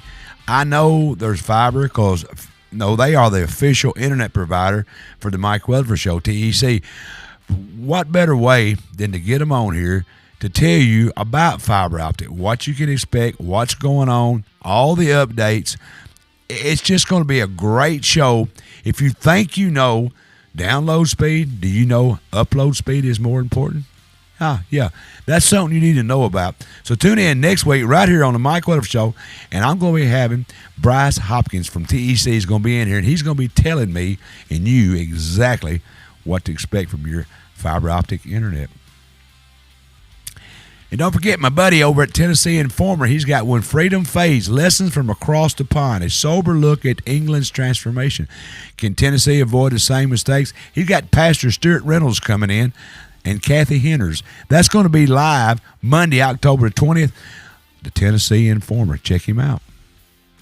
Also, my other brother show is Sportscast with Jeremy Bucklew, the Quarterback Club Part 2. That's right, this is Part 2 of it. The next chapter, Young Leaders Take Over the Fundraising Legacy. He's got the new guys in. Ashton Kate is going to be live in the studio talking with Jeremy about the Quarterback Club. You don't want to miss it. It's going to be a great show. It's coming up Sunday at 7:30 p.m. live. Ricky, help me on this one. Got our annual Rotary auction there at McKenzie, Tennessee. Right. And we just want a little support. Come out on November 8th at Bethel College. And we've got a lot of good things we're going to be doing. We're working for the community. And Rotary does a lot. Rotary does a lot. You are the president of the Rotary Club. Am I correct? That is correct. You didn't think I knew that. You are the man of many hats. But anyway, that's coming up Saturday, November the 8th. 6 p.m., right, at Bethel College. Go on over and help support the Rotary Club because they do so much for our community, and they need your help. So go on and help them Saturday, November the 8th, Bethel University, very low at 6 o'clock. All right, don't forget, TEC, I'm going to tell you how to get free internet. All you got to do, if you got a family or friend, you can get them to hook up and come on over and join us here at the TEC family.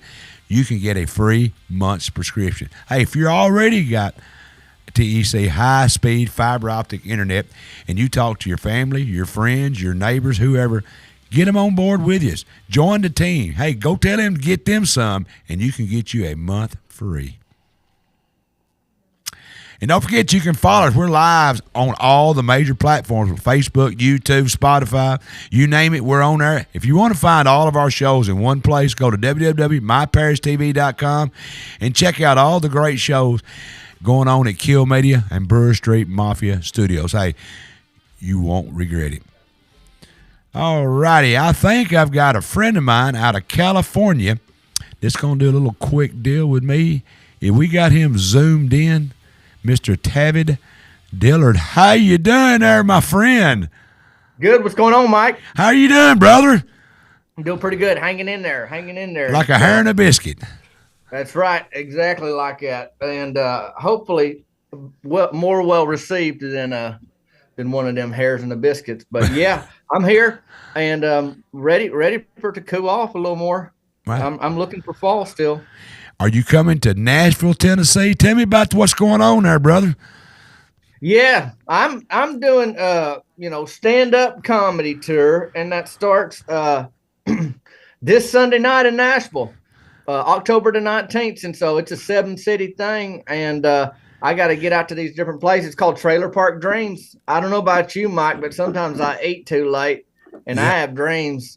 They ain't the kind of dreams that you want to achieve. Like people say, write down your goals and dreams so you can achieve them. No, I had some biscuits and gravy late, but I got a few dreams I'm going to be talking about, among other things. So it should be a hoot.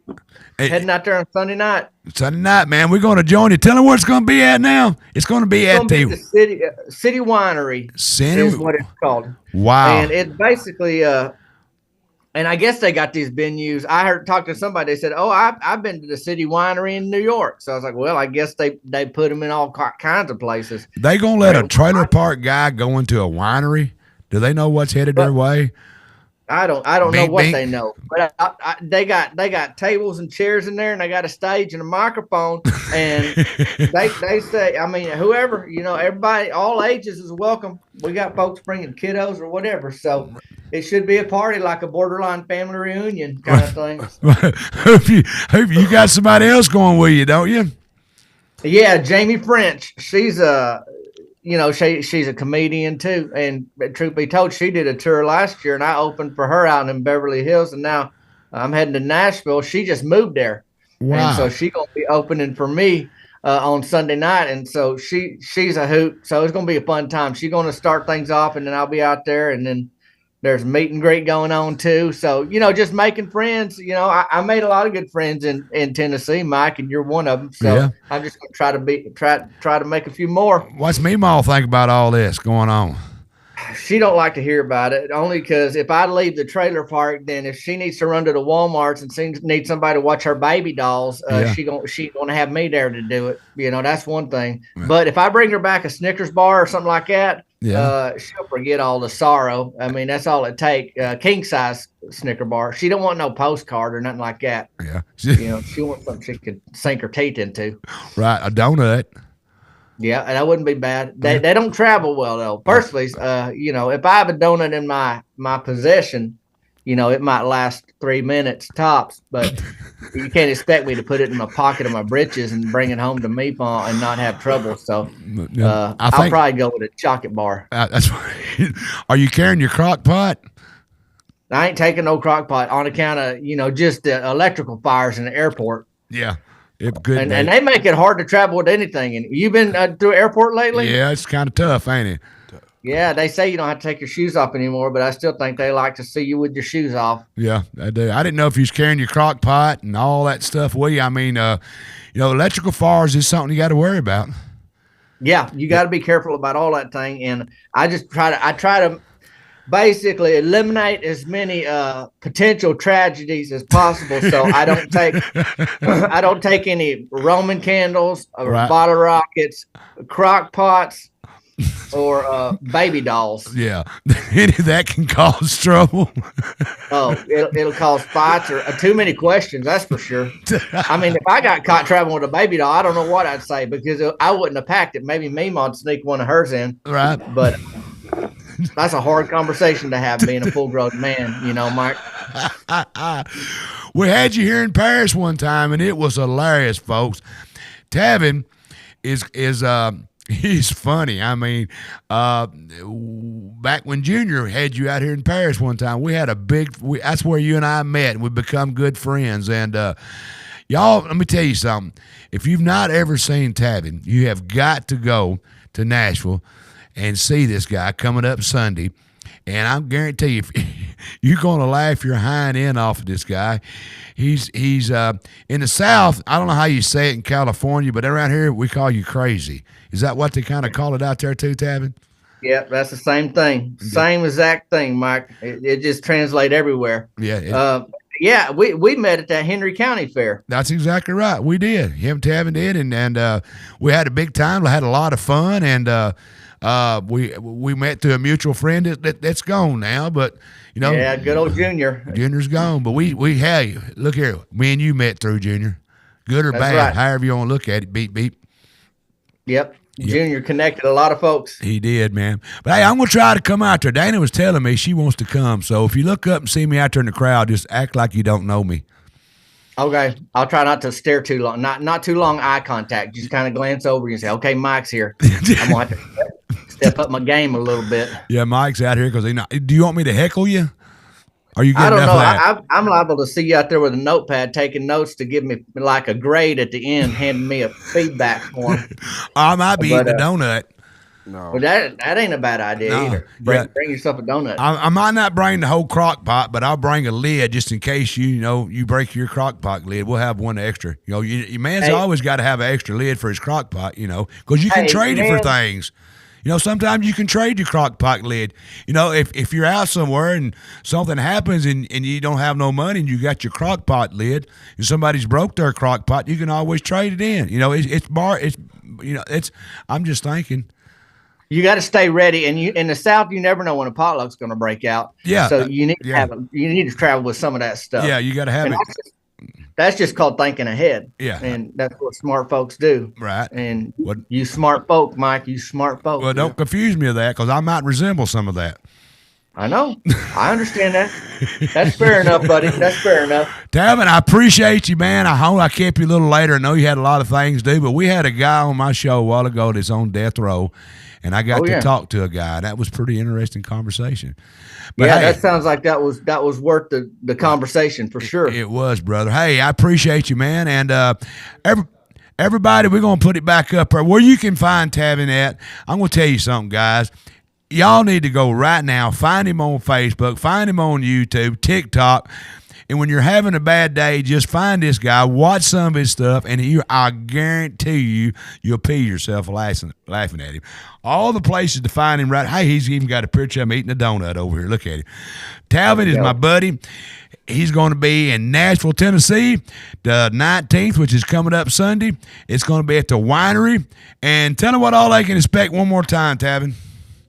Well, I'm going to be there, and there's going to be a meet and greet. There's also Jamie French. She's a funny lady. She's going to be opening the show for me. They got food at this place. It's an eating venue, so you got tables and the stage, and we're going to be cutting up and having a good time. It's going to be a great time for everybody. I got folks coming from different parts of the state. Wow. And I don't have to tell you, Mike, it's a wide state, Tennessee. It is. So folks is coming. If you're coming from East Tennessee, it's a trek. So yeah, a lot of folks coming out. I appreciate those that are coming out. And if you ain't decided yet, I hope you make plans, because we're gonna have a good time, Mike. We are, brother. Hey, and the only thing we ask is in case electrical fires, don't bring crock pots, right?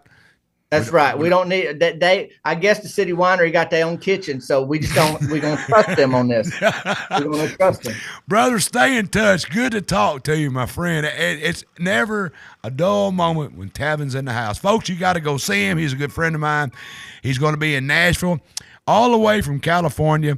I don't know how in the hell Tavin found Tennessee, but he found it once, and he just knows how to get back, don't you, brother?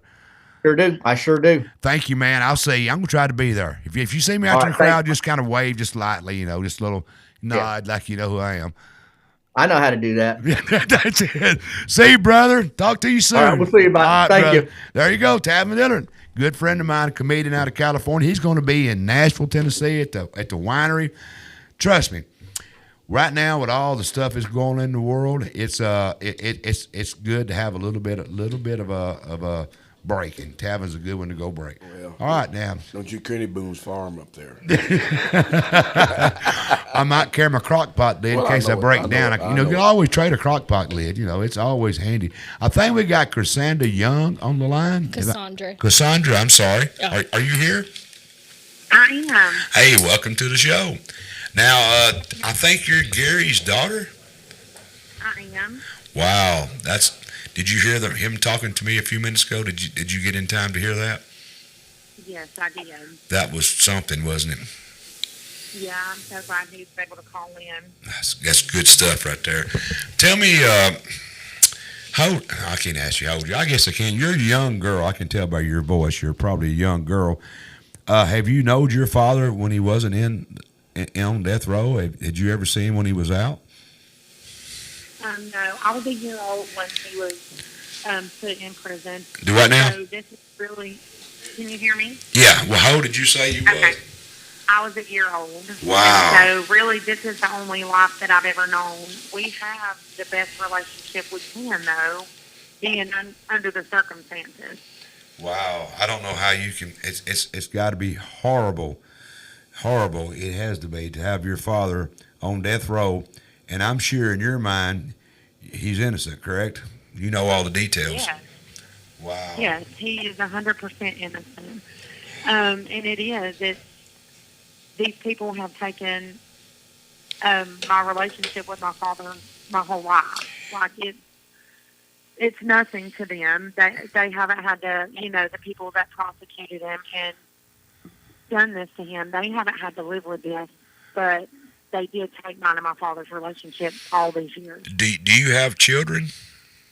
Yes, I do. I have one 13-year-old son. Well, he's got a grandfather too. I mean, because Gary's got a daughter. Are you his only child? I am. And he's got a grandson. This case needs to be reheard. Yes, I don't know the details, y'all know. And like I've said before, we live in the best country in the world, and we have the best justice system, but it's got flaws. But we should have checks and balances in place. When we think there's a fault that needs to be addressed, and everything I'm hearing tonight, this man deserves. I think it's in the governor's hands. Am I right? Yes. What we need people to do then all these viewers out there, I want y'all to contact the governor's office and tell them, hey, you need to look at this Gary Sutton case. Now, sometimes that's the only way, like my father taught me, the squeaking wheel gets the grease. And right now, Gary needs some squeaking going on. That's what I want all the viewers to do. You're hearing his daughter. You heard Gary talk. And are these pictures can you see these pictures, Cassandra?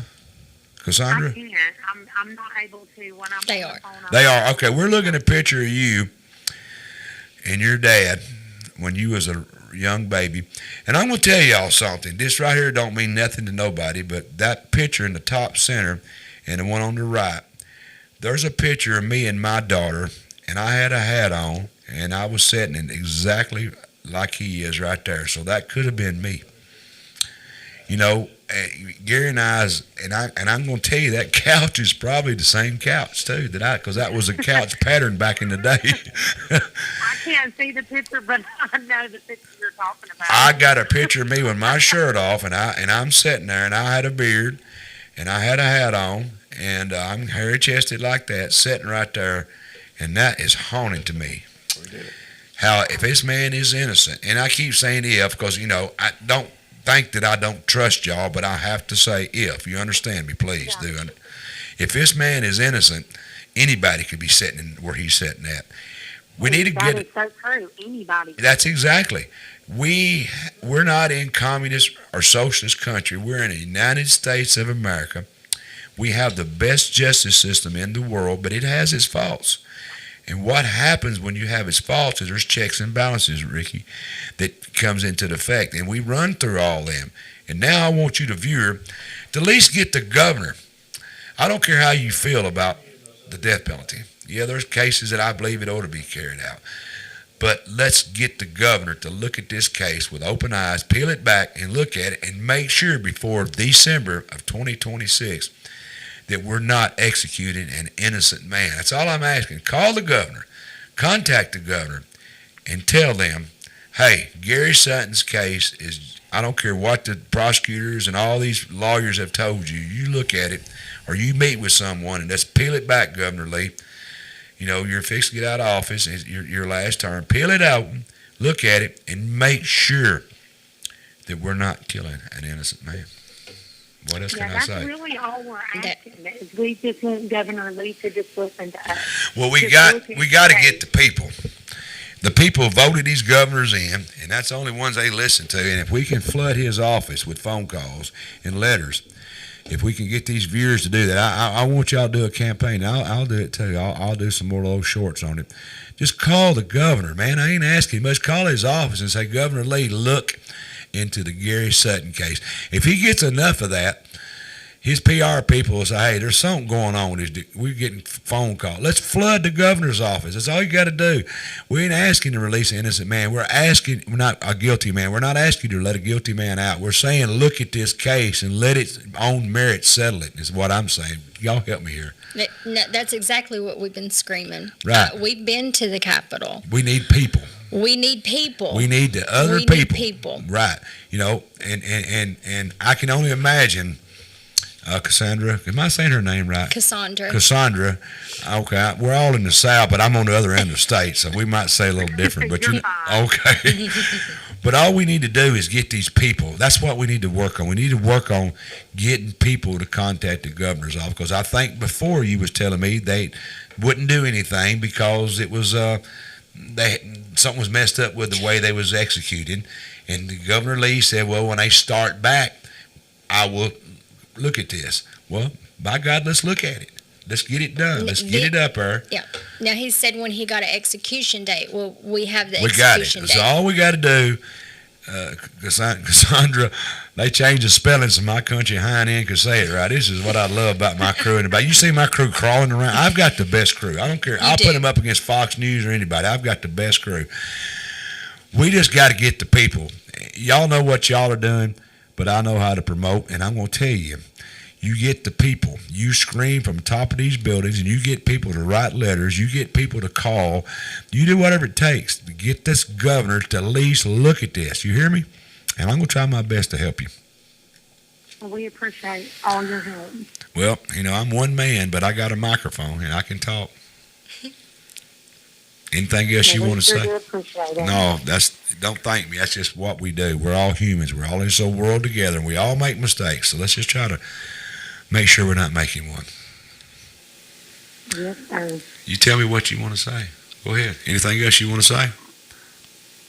I just want to say thank you to all of y'all that are trying to help my dad, and anyone that is out there listening, reach out to Governor Lee, and anybody that's out there listening that feels like that they can help in any other way at all. Give us any details. Just help us any way that you can to get my dad some help. I think if he's got some attorneys helping him now, I'm sure, if we can get them attorneys to get the governor, they can peel back that onion and show him what's inside. The governor at least put a stay on this execution. Stay. It's all we want to do is take him off of death row. And, I'd like to see the man cleared, come out, walk out there and smiling. But first off, let's get him off of death row, and then we work on the other part. Am I wrong or am I right? No, you're right. You're absolutely right. We got to stop that stay, and it's going to have to happen by people. Y'all have worked y'all's butts off for years. We got to get the people. We've got to get the public involved. That's what they listen to. Politicians like that. They like the public. They fear them. Ricky, we got to get them calling. Right. I'm going to call. You're going to call. We're going to all do. What's it going to hurt? Folks, if you are for the death penalty, that's okay. There's cases we all agree. There's times for that. You're right. But let's just make damn sure. We got a little over a year. Let's just make damn sure that we're doing the right thing here, folks. That's all I'm asking. Call the governor and say, look at Gary Sutton's case and make sure. Peel it back. Peel it off. Look at it and make sure. If there's any doubt at all, put this man, all right, we're going to take him off death row. Just stop that first to make sure, and then go back and make sure the innocent man ain't in jail. But first thing you got to do is call the governor and get this man off death row. Cassandra, I appreciate you, girl. I wish I could say more and do more, but I'm just one guy. But I'll do my best, honey. I swear I will. Well, thank you. I sure appreciate it. Thank you. Well, Carolyn, anything you want to add to it? I've kept you an hour and a half. You're a long way from home. We'll talk. Well, we're not going home tonight. Okay, great. We might be back for that comedy show. I have watched him on Facebook. Oh, he's funny. For years. And in the middle of the night when I'm not yes. sleepy. Does he not do what I said? He'll make you laugh. Yeah. And you didn't know he was going to be in here tonight. No, I did you not. Didn't know That's he's a friend why I of started laughing, because I know how funny he is. Oh, yeah. And you said, how is he a friend of mine? Yeah. No. But no, that's all we are asking is the governor to look at this. It's all we're asking. Yeah, and we've also tried to tell the people. The governor's not going to watch us. No, I'm sure not he's busy. At all. Not at all. One time he wanted to come on my show, and I messed that up because I figured my show is Tuesday nights. If you're the damn governor and you want to come on my show, you clear your schedule for an hour. I'm not going to do a special show. That's right. All I want you to do, folks, tell you one more time, all we need is you to call. Give the man the benefit of the doubt. And let man, that's what we got to do. I'm going to start telling y'all every day, have you called the governor? It ain't going to hurt anything. Well, Mike, I'm for the death penalty. Hell, I am too. But let's make sure it's the right one. That's right. You heard this man. Is that the first time his voice has probably been heard in this protest?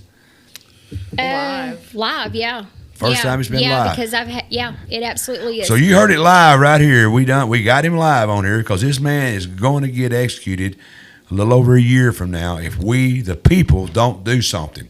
Stop this. Get a stay. That's all it takes. Let the next governor deal with it. Just stop the execution. Get him off there. Let Governor Lee do that, and we'll let the next governor deal with all the other stuff. But, that's right. Let's just get this stopped. Anything you want to say? I'm just happy to be here. You've been happy you've been here. Gary took over the show. I'm not going to lie. I was nervous about coming on tonight, but Gary took over, so we're good. Well, that's fine. Y'all kept telling me to move Gary on. Hell no. Let Gary talk. It wasn't about moving him on. It was just if you wanted to get more information. It didn't matter. It's just go on to the next question because he, I mean, You're like fine. he said, he's been in there for 30-something years. Let him talk. Nobody. Where else has he been able to do this? Nowhere. So let the man talk. Let him talk. How do you know what do you know what you would do? If I got somebody else on the line, hello? I'm reading on my monitor. Okay. Okay. But I mean, we could talk for hours and hours. Okay, I thought I had somebody on the line. Yeah, because we didn't even hit. Oh, we do? Okay, hold on. Somebody else. Who we got? Hello? It's Heather. Well, hey, Heather. How are you doing? I'm good. Hi, Carolyn. Hey, Heather. Well, what do you think about tonight? It's been a great show so far, and I'm so glad Gary came on and talked. It was really, I think that was the most impactful thing. Mm-hmm. He really, if anybody had any question or didn't believe him before, I feel like, hearing from him should have really cleared some things up. Heather, I just wanted to give the man an opportunity. I've said it, and I'm going to keep saying it. Most times I believe in the death penalty. I admit I'm that kind of guy. But I want to make sure we've got checks and balances. What's it going to hurt for Governor Lee to look at this? And he's not going to do it unless we, the people of Tennessee, flood his office with emails, phone calls, knocking on his door. I don't snail mail, email. We've got to get it on the governor's range. That's how you do it, is by just saying, look. Absolutely. And that's all I'm asking my viewers. We have over 1 million people watch us. I can show you numbers a month. And if I can just get 10,000 people out there, and I'm going to do some TikToks on this too. If I can get 10,000 people to contact the governor's office, I think it might wake him 10,000. up. 10,000. He's going to love you. Yeah. The what? The governor's on the line? Oh, we got the Governor Lee's line that number. I thought you said he's on the line, but god dang, how'd that happen? I done pissed him off when I wouldn't talk to him last time. He's calling to cuss you out, Mike Weatherford. I've been cussed out by a lot worse than him, I guarantee. Hey, I'm okay with Lee. I don't have no problem with Lee. Let me make that perfectly clear. I have no problem with Governor Lee. Yeah. I've never had to deal with him. But I think he needs to listen to this case. But I'm nobody. I'm just a little podcaster here in a little town called Paris, Tennessee, in the Burr Street Mafia studio. Maybe I put a little fear in these people. Burr Street Mafia. So people need to know, too, we hired Heather. What? We hired Heather. I know you did. Yeah, Heather and I have talked. We talked earlier tonight. But, Heather, anything you want to add to it before I cut these girls loose?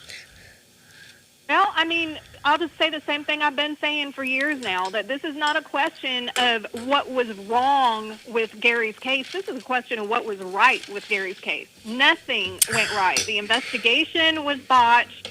The trial, I mean, it was a joke. The disgraced medical examiner, all of it. There's so many things wrong with it. We didn't get into all of that. You're right. The medical examiner, we hit on it a little bit. A little bit. Yeah, he was fired and disbarred for messing up, botching up stuff, and he was falsifying. He was one of the main guys in Gary's case, folks. This medical examiner was he got disbarred for falsifying documents and stuff, and a lot of his cases, he got disbarred and thrown out. I don't know if he went to jail or not. Maybe he should have, but anyway, and every other case got re-looked at other than Gary's case. And that's what people need. You go ahead, Heather. No, you go. That's what people need to realize too. The state's timeline, what they wanted. Yeah. They wanted Tommy dead on a Friday night. Right. They didn't find Tommy till Monday afternoon, and he was in full rigor mortis. Rigor mortis only lasts for up to 36 hours. So the time frame had to work to prosecute these. The time frame had to work. And this guy that you're talking about that was disbarred. Yep. I'm not going to lie when I say this, discredited guy. Yes. Right? That's the facts. Yes. Is the one that said that He's the only one. He's the only doctor that gave the right timeline. Wow. For the state. And then you had Dr. Bass, who is everybody knows who Dr. Bass is. He's like the OG of medical examiners, and he got up and testified that it was not possible that he died on Friday night. So he completely debunked Charles Harlan's testimony, but yet for some reason they still went with Charles Harlan. The same guy that got disbarred and in a lot of cases got overthrown that he signed off on, correct? Correct. Wow. Yeah, and it's not even that he... Sorry, Heather. We overtalk each other on my show. That's part of it. Go ahead. Well, I was going to say, it's not even that he got disbarred. He was actually under investigation when the state brought him on. Like, he was already stripped of his license when the state brought him into Gary's trial. And that's a big part of Gary's trial was the date, the time of the death. Yes. And you had another investigator said that didn't happen on Friday. That happened on Sunday. But to make it work, to put Gary and his uncle as the guilty party, they had to move it back till Friday. That's enough. Call the governor, man. Let them hear that. Heather, I appreciate it. I got to get these girls out here. I appreciate you calling in, girl. Yes, sir. Have a good night. Thanks, Heather. Miss you, Heather. Thanks, Heather. I miss you too. All right. Girls, before I let you go, is there any other thing you'd like to say? Just help us. Okay. Help us. Like you said, get him off death row, but bring him home because. Yeah. We just get him off death row. Yeah. We can sigh of relief. We can slow down and then hit it with the right stuff and get him home. Absolutely. We got to get him off death row. And the thing of it is, if you Google it and you just read what's on the surface, you're going to think, oh, Lord, he did do this.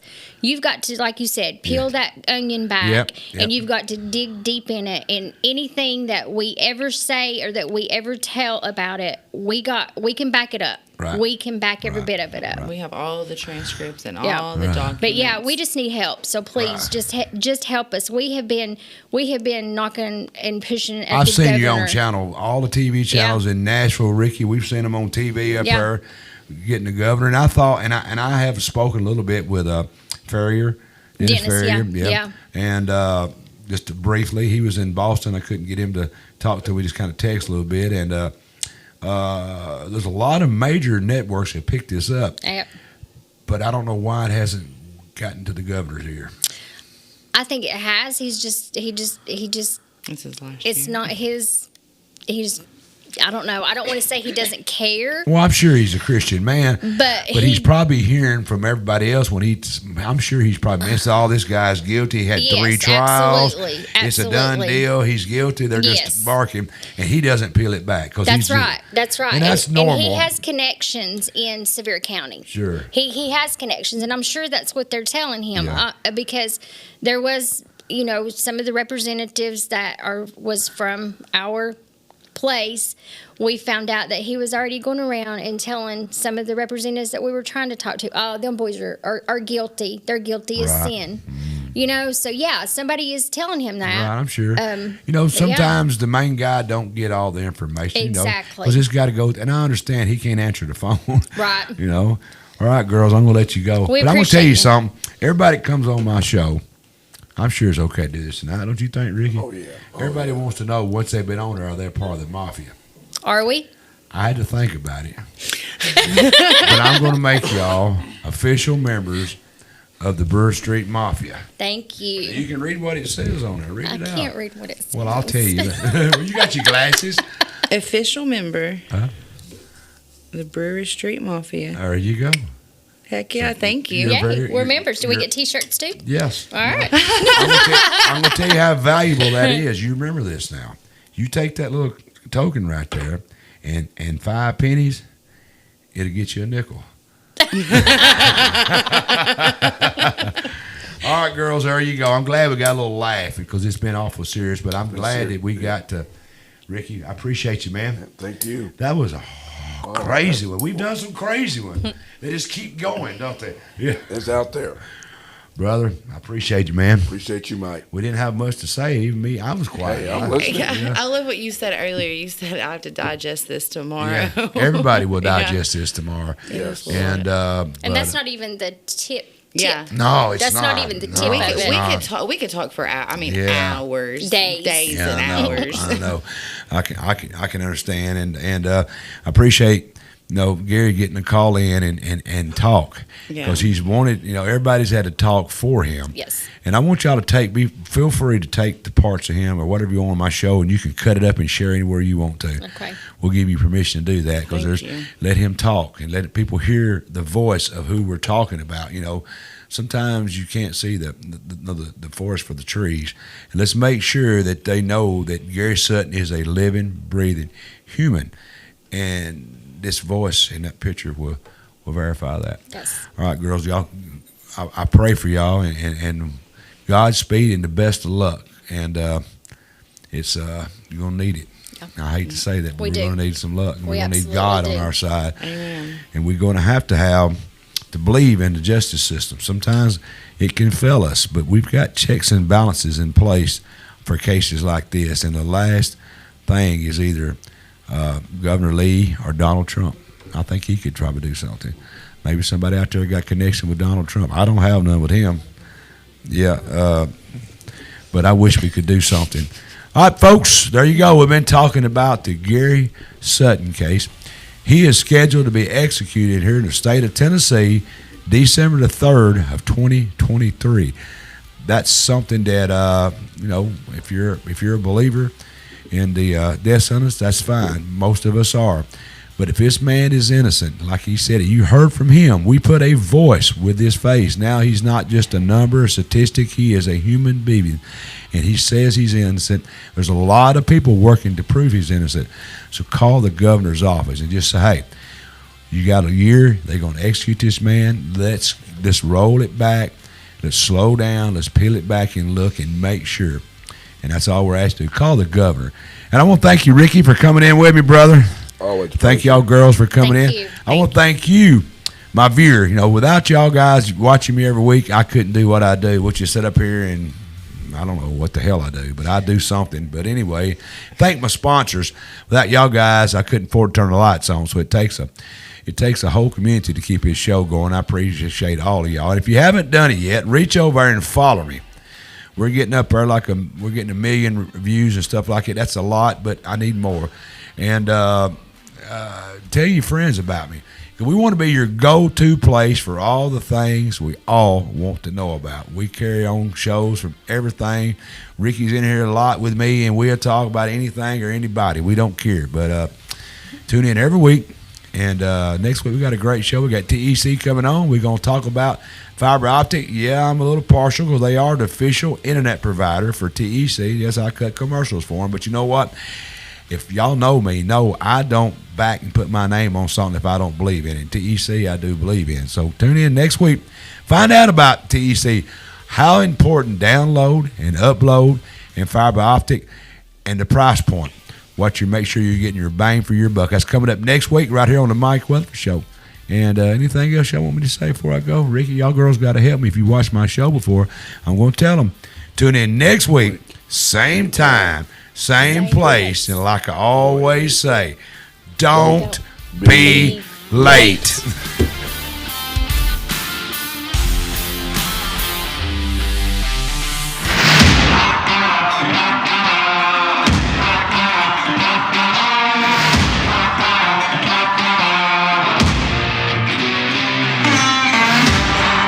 The Mike Weatherford Show is recorded live in the Brewer Street Mafia Studios in downtown Paris. A Kill Media, Brewer Street Mafia Productions.